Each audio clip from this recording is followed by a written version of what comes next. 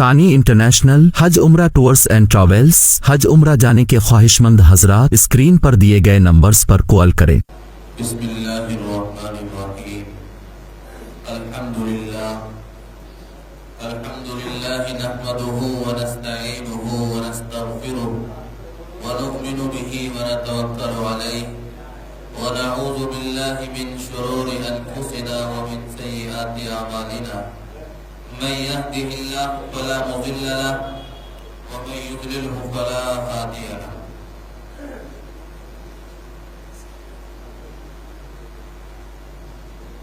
ونشهد أن لا إله إلا الله وحده لا شريك له ونشهد أن محمدا عبده ورسوله وصلى الله تعالى على خير خلقه محمد وعلى آله وأصحابه وسلم أما بعد وقد قال الله تبارك وتعالى في القرآن المجيد والفرقان الحميد ربنا وابعث فيهم رسولا منهم يتلو عليهم آياتك ويعلمهم الكتاب والحكمة ويزكيهم إنك أنت العزيز الحكيم وقال النبي صلى الله عليه وسلم أنا خاتم النبيين لا نبي بعدي أو كما قال عليه الصلاة والسلام۔ معزز سامعین، سب سے پہلے تو میں آپ حضرات کو مبارکباد پیش کرنا چاہتا ہوں اور حضرت امام محترم جناب مولانا محمد عادل صاحب دامت برکاتہ کو کہ انہوں نے اس اہم موضوع پر یہ مجلس اور یہ محفل سجائی ہے، اللہ تعالیٰ اس کا پورا اجر انہیں عطا فرمائے۔ قرآن کریم کی ایک آیت اور اللہ کے رسول صلی اللہ علیہ وسلم کی ایک مختصر حدیث میں نے آپ حضرات کے سامنے پڑھی، بس انہی کی روشنی میں چند باتیں آپ حضرات کے سامنے آسان الفاظ میں عرض کرنے کی کوشش کروں گا۔ امید ہے اللہ تبارک و تعالی ہم سب کو اس پر عمل کرنے کی توفیق عطا فرمائے۔ جیسا کہ آپ حضرات نے مجھ سے پہلے حضرت مولانا سہیل اختر صاحب دامت برکاتہ اور حضرت مفتی عبدالباسط صاحب دامت برکاتہ کی زبانی اس پروگرام کے مقصد کو اور اس کے عنوان کو سمجھا ہے، انہی کی بات کو آگے بڑھاتے ہوئے میں اس پروگرام کو آگے بڑھا رہا ہوں۔ اللہ تبارک و تعالی نے قرآن کریم کے اندر اپنے نبی جناب محمد رسول اللہ صلی اللہ علیہ وسلم کے اس دنیا کے اندر آنے کی خوشخبری سنائی، اور اس خوشخبری کے ساتھ ساتھ اللہ تبارک و تعالی نے نبی علیہ السلام کے آنے کے مقصد کو بیان فرمایا۔ فرمایا رب تعالی نے ربنا وبعث فیہم رسولا منہم یتلو علیہم آیاتک، فرمایا کہ اے حضرت ابراہیم علیہ السلام نے اللہ سے جب دعا کی تو اللہ نے آپ کو یہ خوشخبری سنائی۔ حضرت ابراہیم نے کہا ربنا وبعث فیہم رسولا، کہ اے میرے پروردگار، اے ہمارے رب، جن لوگوں کو میں یہاں آباد کر رہا ہوں۔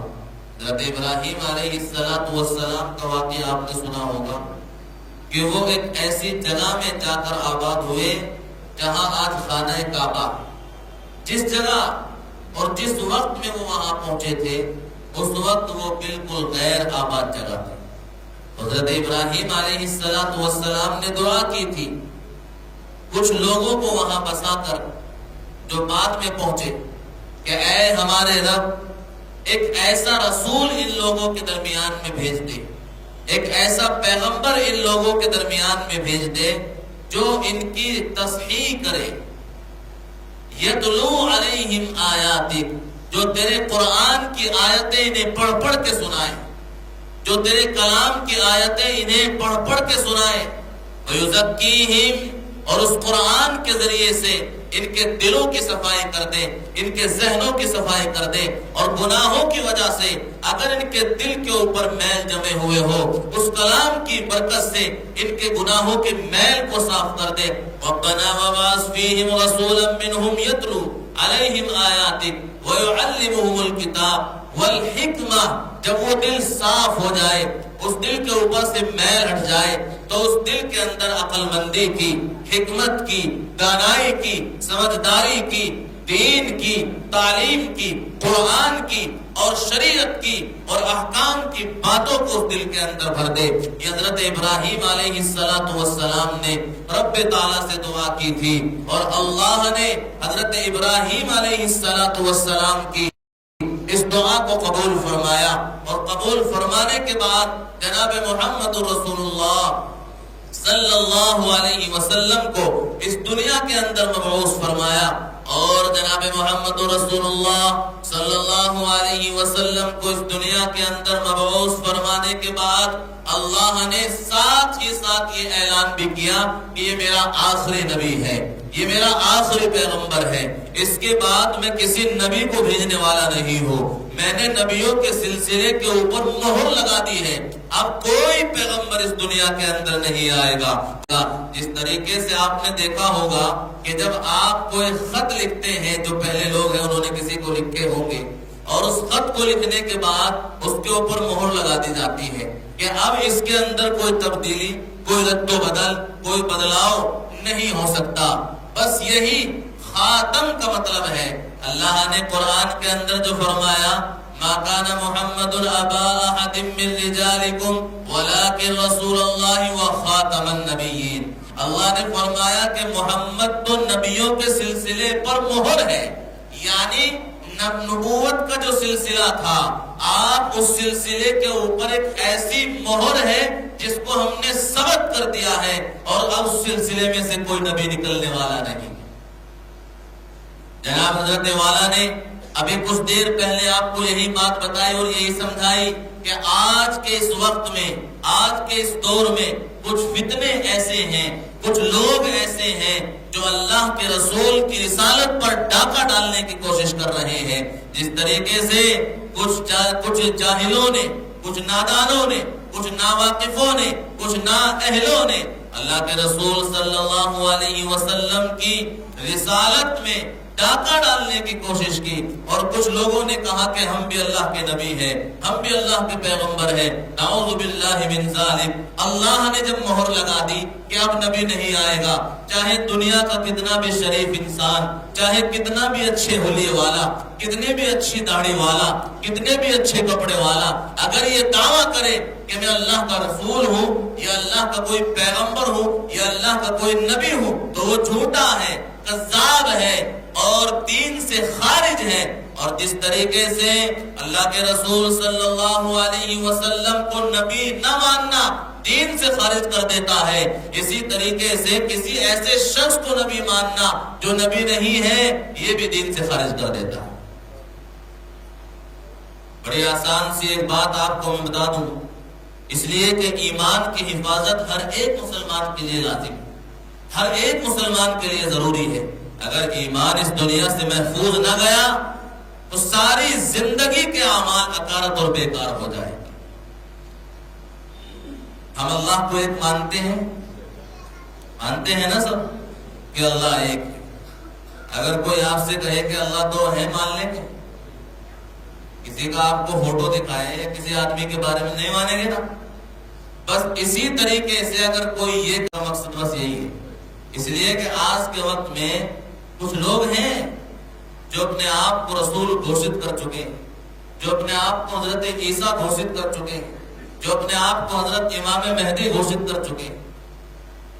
ان سے زیادہ مضبوط تو پھر میرا دعویٰ ہوگا میرا نام بھی مہدی ہے۔ میرا نام تو پیدائشی مہدی ہے، ہمارے ماں باپ نے ہمارا نام مہدی رکھا، ان کا تو نام بھی مہدی نہیں ہے جو اپنے آپ کو امام مہدی کہہ رہے ہیں۔ ان سے مضبوط تو میرا نام، میرا پورا گاؤں کہہ دے گا مجھے اس کا نام مہدی، جتنے یہاں علماء بیٹھے یہ بھی کہتے ہیں، اور دیکھو اوپر سے امام بھی وہ سن لو گے اب تک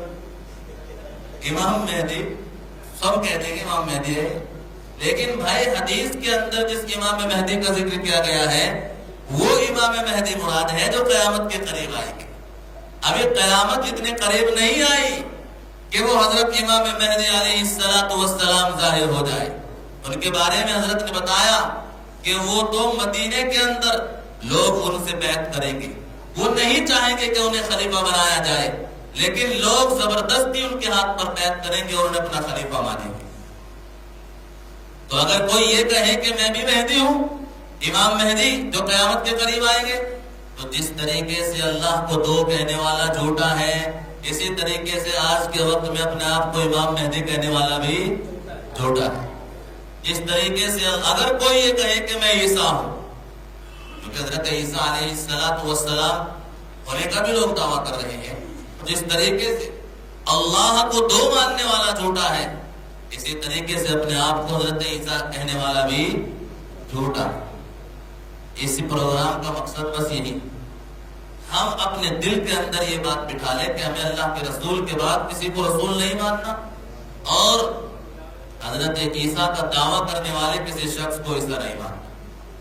ان بچوں نے ابھی آپ کو جو تقریریں سنائی ہوں گی، آپ کو جو مکالمے سنائے ہوں گے، آپ کو جو سوال اور جواب کی شکل میں انہوں نے اپنے کلمات سنائے ہوں گے، ان تمام کے تمام کا مقصد بھی یہی ہے تاکہ ان بچوں کے دلوں کے اندر ابھی سے یہ بات نقش ہو جائے کہ کسی جھوٹے آدمی کو ہم نبی نہیں مان سکتے، کسی جھوٹے آدمی کو ہم امام مہدی نہیں مان سکتے، کسی جھوٹے آدمی کو ہم حضرت عیسیٰ نہیں مان سکتے. ان بچوں کو یہ باتیں ابھی سے ہم نے یاد کرا دی، اس لیے کہ بچپن کا جو ذہن ہوتا ہے وہ بالکل صاف تختی کی طرح ہوتا ہے. جو بات ہم نے آج ان کے دل کے اوپر لکھ دی،